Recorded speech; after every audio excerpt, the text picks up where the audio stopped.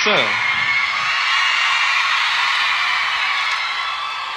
복근은 없습니다. 하지만. 네. 자, 이제부터는 좀 더 심층적으로 저에 대해서 들어가 보도록 할 텐데요. 장근석은 과연 지금까지 어떠한 삶을 살았을까? 어떠한 가치관과 어떠한 가정 환경을 보냈고, 또 가장 중요한 거, 어떻게 해서 배우가 되는 과정에 오르게 됐느냐. 그 얘기를 지금부터 시작해 보려고 합니다. 자, 때는 1987년 8월 4일이었죠. 본좌가 드디어 강림하신 그 날이었습니다.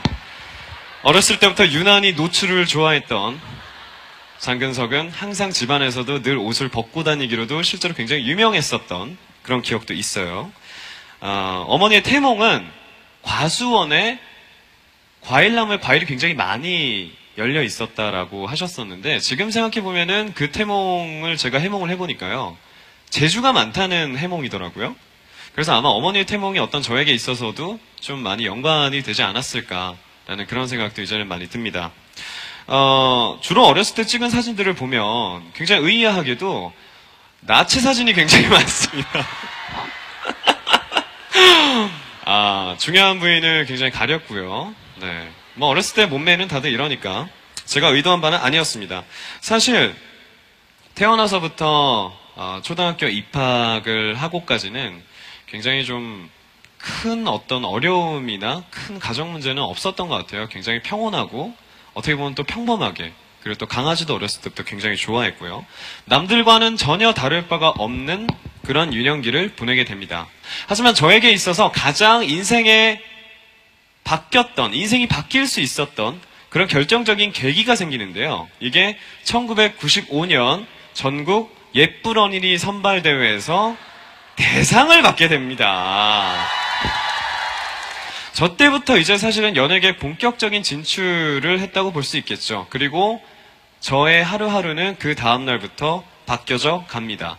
자, 약 7, 8년 정도 후에 이 어렸던 꼬마가 이제는 하이틴 잡지 어디에서도 볼 수 있는 아주 상큼한 얼굴에 미소년의 전형적인 얼굴을 띤, 아직까지 배우라고 하긴 뭐한, 그러나 좀 하이틴다운 그런 모습을 띠게 되는데, 지금 제 모습과 너무 다른가요?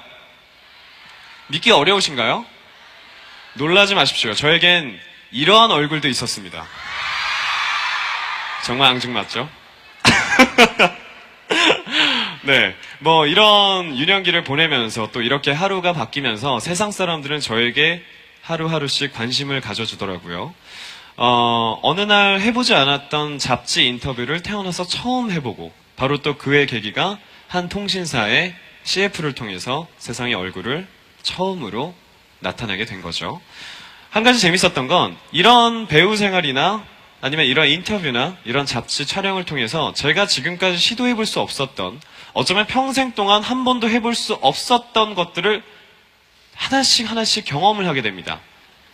그리고 여러 가지의 상황을 겪고 난 후 내가 가장 있어야 할 곳은 바로 대본을 들고 연기를 할 때다 라는 생각이 어느 순간부터 불현하게 들었습니다. 뭐 이 정도가 지금까지 장근석의 연애 활동 과정이라 치면요, 가장 중요한 거, 저의 좀 더 내면적인, 아직은 사실 한 번도 다른 사람에게도 얘기하지 않았던 저의 유학 시절을 알려드리도록 할게요.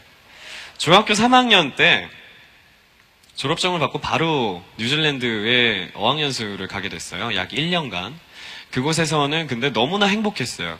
이제 막 얼굴이 알려진 하이틴 스타를 사람들은 굉장히 많이 알아보고 또 많이 열광해줬어요. 그런 점은 너무 고마웠지만, 어느 순간 내 친구들이 학교에서 교과서를 보고 있을 때 나는 대본을 봐야만 했고, 내 친구들이 연필을 잡고 있을 때 저는 마이크를 들고 있었어야 됐어요.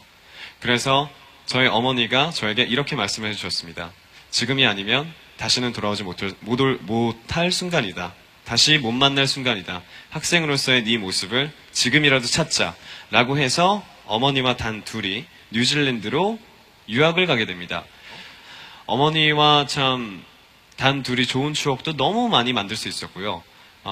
아침에 학교를 갈 때는 자전거를 타고 약 20분 거리를 제가 직접 페달을 밀고 학교까지 갔었고, 또 그 외에 제가 한국에서는 너무 해보지 못했던 것들을 많이 하게 되는 경험을 쌓게 됩니다. 바로 이렇게 승마도 하게 되고요.